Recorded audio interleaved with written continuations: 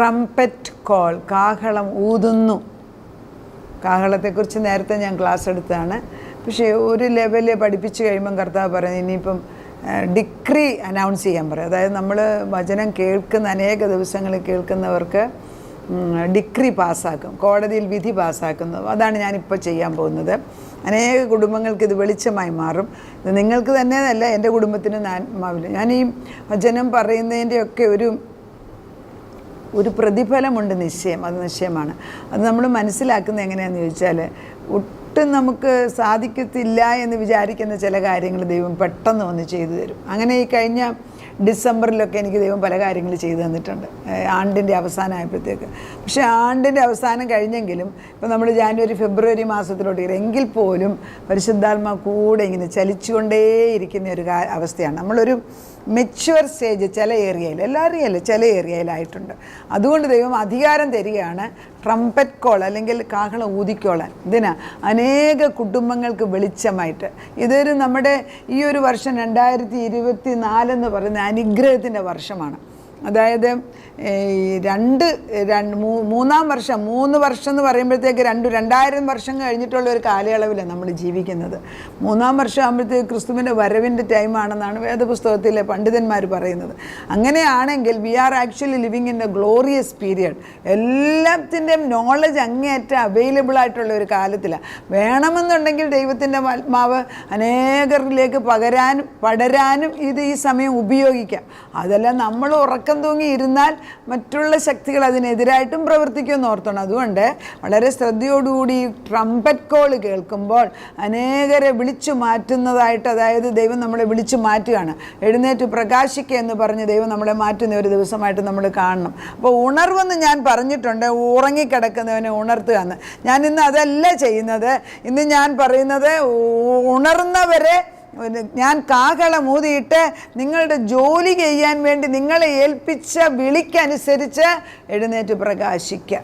അതിനൊരാൾ വിളിച്ചു കൊണ്ടുവരും. അപ്പോൾ ഈ കാഹളം ഊതുക എന്ന് പറയുന്നത് സംഖ്യാപുസ്തകത്തിൽ 10-ാം അധ്യായത്തിൻ്റെ 9-10 പഠിച്ചത്, നിങ്ങളുടെ ദേശത്ത് നിങ്ങളെ ഞെരുക്കുന്ന ശത്രുവിൻ്റെ നേരെ നിങ്ങൾ യുദ്ധത്തിന്. അപ്പോൾ ശത്രുവുണ്ട്, അവൻ നമ്മളെ ഞെരുക്കുന്നു, നമ്മുടെ മക്കളെ ഞെരുക്കുന്നു, അവന് വേറെ ജോലിയില്ലല്ലോ. അങ്ങനെ ഞെരുക്കുമ്പോൾ നിങ്ങൾ ഗംഭീരധ്വനിയെ കാഹളം ഊതണം. എന്തിനാ കാഹളം ഊതുന്നത്? ദൈവം പറയുന്നു, എന്നാൽ നിങ്ങളുടെ ദൈവമായ യഹോവ നിങ്ങളെ ഓർക്കും. നമ്മളിവിടുന്ന് ഞങ്ങൾ ക്ലാസ് എടുക്കുമ്പോൾ നമുക്ക് തിങ്കളാഴ്ചയും വ്യാഴാഴ്ചയും നമുക്ക് ബൈബിൾ ക്ലാസ് ഉണ്ട്. വളരെ വളരെ വർഷങ്ങളായിട്ട് അറിയാവുന്ന കുറേ പേരാണ് അതിനകത്തുള്ളത്. പുതുതായിട്ട് കുറച്ച് പേരൊക്കെ വന്നിട്ടുണ്ട്. പക്ഷേ ഇതിനകത്തുള്ള ഗുണം എന്താണെന്ന് ചോദിച്ചാൽ, നമ്മൾ ഓരോ ദിവസവും നമ്മൾ ദൈവത്തിൻ്റെ മുമ്പിൽ വചനമെടുക്കുമ്പോൾ ആദ്യകാലത്ത് ഞാൻ ഷോഫർ കോൾ എടുപ്പിക്കുമായിരുന്നു. ഷോഫർ കോൾ എന്ന് പറഞ്ഞാൽ ആടിൻ്റെ കൊമ്പെടുത്തിട്ട് അതിങ്ങനെ ഒരു തരത്തിൽ 3 പ്രാവശ്യം ഊതും. ഒന്ന്, ദൈവത്തിൽ നിന്ന് മാറിപ്പോയ ആട് കരയുകയാണ്. 2, ആദ്യമേ ദൈവം കരയും നമ്മളെ ഓർത്ത്, കാരണം നമ്മൾ പാപത്തിലായിപ്പോൾ ദൈവത്തിൽ നിന്ന് അകന്നു പോയി. അപ്പോൾ 2, ലോകത്തിൽ ജീവിക്കുന്ന നമ്മൾ കരയുന്നത്. 3-ാമത്തേത് ദൈവം വന്ന് നമ്മളെ ചേർത്ത് കഴിയുമ്പോൾ ഒരു ഷോഫർ. അപ്പോൾ ഇത് 3 ഞങ്ങൾ ഊതുന്നതിൻ്റെ അർത്ഥം ഇതാണ്: നഷ്ടപ്പെട്ട നമ്മളെ ഓർത്ത് ദൈവം കരയുന്നു, 2-ാമത്തെ കോള് നമ്മൾ ദൈവത്തിന് വേണ്ടി കരയുന്നു, 3-ാമത് ദൈവം നമ്മളെ കൂട്ടിച്ചേർക്കുന്നു. അപ്പോൾ 3 ദിവസം കൊണ്ട് ഈ പരിപാടികൾ മുഴുവൻ ചെയ്തു. 3 കോൾ അതാണ്. ഓരോ കോളിനും, അല്ലെങ്കിൽ ട്രംപറ്റ് കോളിന്, അല്ലെങ്കിൽ കാഹളം ഊതുന്നതിന്, അല്ലെങ്കിൽ ഷോഫർ വിളിക്കുന്നതിന് വേദപുസ്തകത്തിൽ മീനിങ്ങുകളുണ്ട്. നമ്മൾ ചിലപ്പം പറയുന്നില്ല, എൻ്റെ മക്കളെ ഇവിടെ എത്ര പ്രാവശ്യം ഞാൻ വിളിക്കുന്നു, എത്ര പ്രാവശ്യം ദൈവം എത്ര പ്രാവശ്യം എൻ്റെ ആത്മാവിനെ വിളിച്ചു വരുത്തുകയാണ്. അടുത്ത് വാ, എൻ്റെ അടുക്കലേക്ക് വാ, എൻ്റെ അടുക്കലേക്ക് വാ, അത് ഇതും പറഞ്ഞ് സമയം കളയാതെ അവിടെ ഇവിടെ നോക്കി നിന്ന് സമയം കളയാ, എൻ്റെ അടുക്കലേക്ക് തിരിച്ചു വാ എന്ന് ദൈവം വിളിക്കുന്ന ഒരു ശബ്ദമാണ് ഇതിൻ്റെ കൂടെ വരുന്നത്. ഭർത്താവ്, ശത്രുക്കളുടെ കയ്യിൽ നിന്ന് ഞാൻ നിങ്ങളെ ഓർക്കും. കാഹളം ഊതുമ്പോൾ ശബ്ദം കേൾക്കുമ്പം. 2, ഞാൻ നിങ്ങളെ രക്ഷിക്കും. നിങ്ങളുടെ സന്തോഷത്തിൻ്റെ ദിവസത്തിലും ഉത്സവ ദിവസത്തിലും മാസാരംഭത്തിലും നിങ്ങൾ ഹോമയാഗങ്ങളും സമാധാനങ്ങളും കഴിക്കുമ്പോഴും എല്ലാം കാഹളം ഊതണം. അതിൻ്റെ അർത്ഥം എന്തുവാ? പണ്ട് പഴയ നിയമകാലത്ത് കാഹളം ഊതുക എന്ന് പറയുമ്പോൾ നമ്മൾ വെള്ളി കൊണ്ടുണ്ടാക്കിയിട്ടുള്ള അടിച്ചു വരുത്തിയ കുഴലെടുത്തിട്ട് അതിലോട് ഉപയോഗിച്ച് കാഹളം ഊതാൻ യഹൂദന്മാർക്ക് അറിയാം. ഓരോ ആവശ്യത്തിനും ഓരോ തരത്തിലുള്ള ശബ്ദമാണ് പ്രൊഡ്യൂസ് ചെയ്യുന്നത്. ആ കാഹളം ഊതുമ്പം കേൾക്കുന്നവർക്കറിയാം എന്തിനായി വിളിക്കുന്നത്. ഇപ്പം നമ്മൾ സൈറൻ കേൾക്കുക, യുദ്ധസ്ഥലത്തെ ഒരു സൈറൻ കേൾക്കുക, അതൊരു കാഹളമാണ്. ഉടനെ നമുക്ക് മനസ്സിലാകും സംഗതി സേഫ് അല്ല, we have to be hiding under the bunker. അത് നമ്മൾ പോയി ഒരിക്കലും ബോംബിട്ടാൽ പോലും കയറാൻ സാധ്യതയില്ലാത്ത ഭൂമിക്കടിയിലുള്ള സ്ഥലത്തോട്ട് നമ്മൾ ഒളിച്ചു കയറി ഇരിക്കുന്നതിൻ്റെ ഉദ്ദേശം എന്താ? നമ്മളെ തന്നെ പ്രൊട്ടക്റ്റ് ചെയ്യണം. അപ്പം നമ്മൾ മനസ്സിലാക്കേണ്ടത് ട്രംപറ്റ് കോൾ അല്ലെങ്കിൽ കാഹളം സദാസമയം ദൈവസന്നിധിയിൽ ചെന്നുകൊണ്ടേയിരിക്കുകയാണ്. നമ്മൾ വിളിക്കാത്തപ്പം വേറൊരു ആൾ വിളിക്കും. നമുക്ക് വേണ്ടി പലരും വിളിച്ചിട്ടാണ് നമ്മളിന്നിപ്പം ദൈവത്തിന് മുമ്പിൽ നിൽക്കുന്നത്. അപ്പോൾ ഈ കാഹളം ഊതുക എന്ന് പറയുന്നത് ദൈവം നിയോഗിച്ചൊരു കാര്യമാണ്. അവ നിങ്ങൾക്ക് ദൈവത്തിൻ്റെ സന്നിധിയിൽ ജ്ഞാപകമായിരിക്കും. ദൈവം ഓർക്കുന്നതാണ്. യഹോവയാ ഞാൻ നിങ്ങളുടെ ദൈവം. കർത്താവ് പറയാണ് നിങ്ങൾക്ക് ആവശ്യമുള്ളപ്പോൾ നിങ്ങൾ കാഹളം ഊതുവിൻ. അത് ഈ അപ്പന്മാർ മക്കളെ കൊണ്ട് കോളേജിൽ സ്കൂളിൽ ബോർഡിങ്ങിലാക്കി വെച്ച് പറയത്തില്ലേ, ഒത്തിരി പ്രയാസമുള്ളപ്പം ഫോൺ ചെയ്താൽ മതി, വാർഡനോട് ഞാൻ പറഞ്ഞിട്ടുണ്ട് എന്നെ വിളിച്ചാൽ മതിയെന്ന്. This almost the same thing. അന്ന് ദൈവം തമ്പുരാൻ കാഹളം ഊതാൻ നമ്മളെ പഠിപ്പിച്ചു. ഇന്ന് നമ്മൾ മക്കളോട് പറയുന്ന ആവശ്യമുള്ളപ്പോൾ the painful thing is this. അതായത് നമ്മൾ അപ്പനും അമ്മയും അങ്ങേയറ്റം ദിവ്യ സ്നേഹം വിശ്വാസികളോടാണ് ഈ പറയുന്നത്. മക്കളെക്കുറിച്ച് സ്നേഹിക്കുന്ന അപ്പനെ അമ്മമാർ മക്കൾക്ക് പ്രയാസം വരുമ്പം അവർ നമ്മളെ ഒന്ന് വിളിച്ചെന്ന് പറയുമ്പോൾ നമുക്ക് സമാധാനവും. എത്ര വലിയ പ്രയാസമാണെങ്കിലും അവർ നമ്മളെ വിളിച്ചറിയിച്ചാൽ നമ്മളത് വെച്ച് പ്രാർത്ഥിക്കും. അങ്ങനെ നമ്മൾ അനുഭവിച്ചിട്ടുണ്ട്. നമ്മുടെ മക്കൾ വഴിതെറ്റി പോകുമായിരിക്കും. പക്ഷെ ഒരു സുപ്രഭാതം എന്ന് വെച്ച് പറയും, I need to pray, I need prayers. സത്യം പറഞ്ഞാൽ ആ കുഞ്ഞ് സുവിശേഷകനായി തീരുമ്പോഴൊന്നും അല്ല സന്തോഷം. ദാറ്റ് വെരി ഫസ്റ്റ് ടൈം ആദ്യമേ എനിക്ക് പ്രാർത്ഥന ആവശ്യമുണ്ടെന്ന് പറഞ്ഞ് തിരിച്ചു വരുന്നതാണ്. ആ വിളിയാണ് നമ്മുടെ ജീവിതത്തിൽ ഏറ്റവും വലിയ. ഒരപ്പൻ്റെ അടുക്ക മക്കൾ വിളിച്ചു. ഒരപ്പനും അമ്മയും അവർക്കുള്ളത് വെച്ച് അവർ നോക്കിയിരിക്കുകയാണ് എപ്പോഴാണ് നമ്മുടെ മക്കൾ ഈ അവകാശത്തിലേക്ക് കയറി വരുന്നത്. അവർക്കറിയത്തില്ലല്ലോ. മുടിയനായ പുത്രനെ പോലെ ലോകചിന്തയിൽ അല്ലെ ജോലിയായിരിക്കും, കാശുണ്ടാക്കുകയായിരിക്കും. അതൊക്കെ ലോകത്തിന് മുമ്പിൽ കുഴപ്പമൊന്നുമില്ല. പക്ഷേ they are not remembering the primary call. നമ്മളെ വിളിക്കനുസരണമായിട്ട്. അപ്പം വിളിക്കാൻ കാഹളം ഊതാൻ പറയുമ്പം കർത്താവ് പറയും നിങ്ങൾക്ക് വിടുതൽ കിട്ടുവാൻ. നിങ്ങൾ ശത്രുക്കളുടെ നേരെ യുദ്ധത്തിന് പോകുമ്പം ഗംഭീരസ്വരത്തോടെ കാഹളം ഊതണം.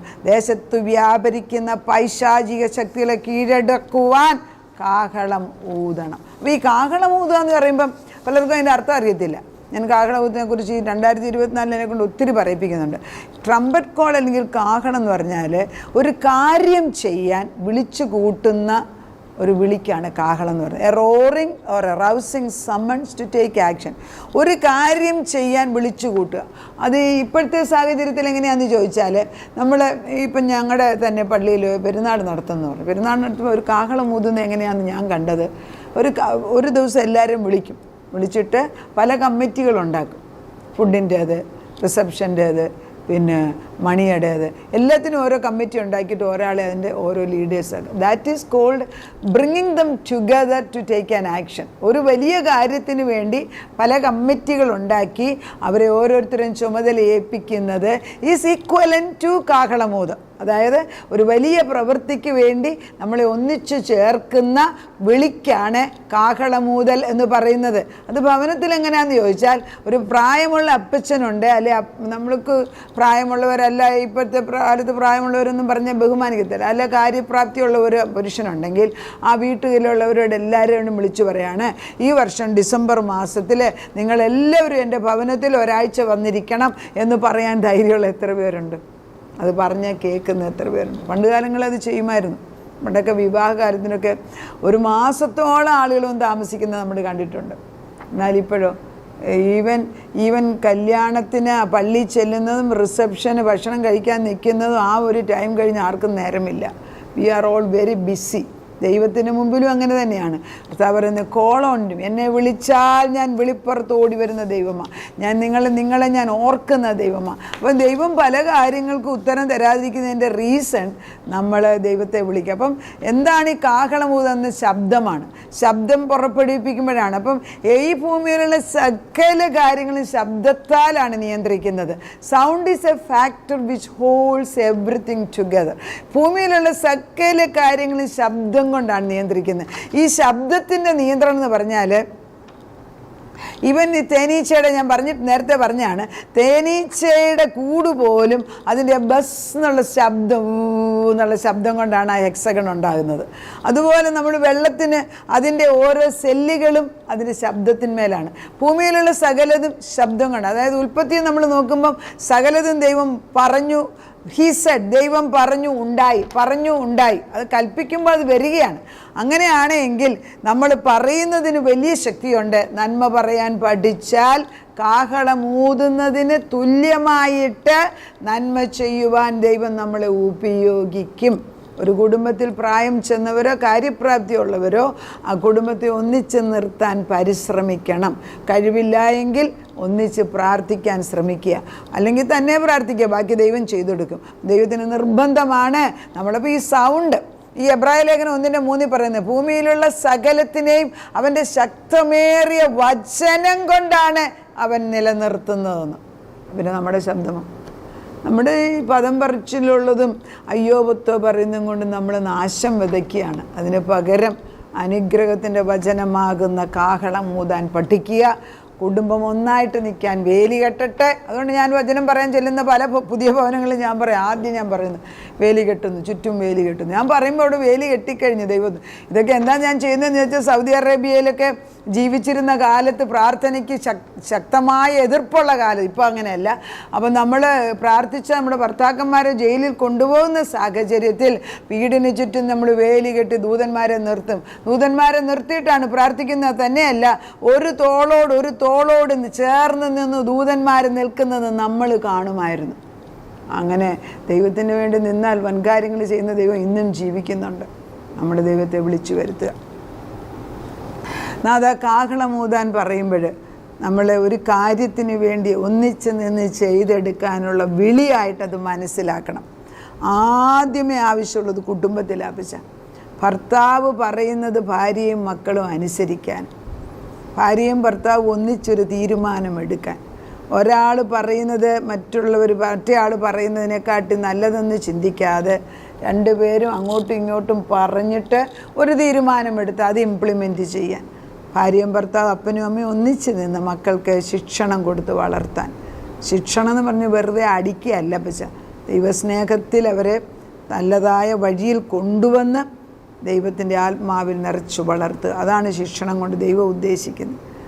ബാലശിക്ഷ കൊണ്ട് ഭയപ്പെടുത്താതെ, ഒത്തിരി ഉപദ്രവിക്കാതെ, സ്നേഹത്തോടെ അവരെ പറഞ്ഞു മനസ്സിലാക്കി ദൈവത്തിൻ്റെ വചനത്തിലും ദൈവാത്മാവിലും വളർത്തിയെടുക്കാൻ മാതാപിതാക്കൾക്ക് ബലം കൊടുക്കണം.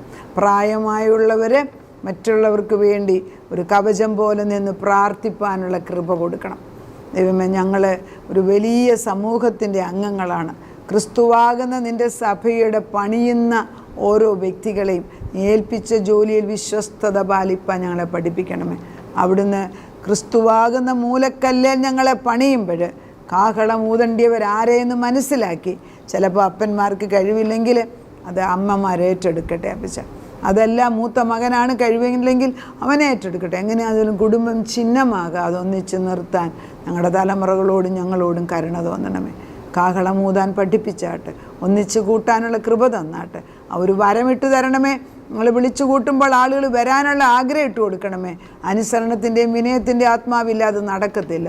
അതവിടുന്ന് ചെയ്തെടുക്കുന്നതിനാൽ സ്തോത്രം. അപ്പം അത് കേട്ടിരിക്കുന്നതിനാൽ ഉത്തരം തന്നതിനാലും ഞങ്ങളുടെ കുടുംബങ്ങളുടെ സ്ഥിതി മാറ്റി തരാൻ പോകുന്ന ഒരു സ്ഥിതി മാറ്റം തരാൻ പോകുന്നതിന് നന്ദി പറയുന്നു. പ്രാർത്ഥനയ്ക്ക് ഉത്തരം തന്ന ദൈവത്തിന് നന്ദി. യേശു ക്രിസ്തുവിൻ്റെ പൊന്നു നാമത്തിൽ തന്നെ.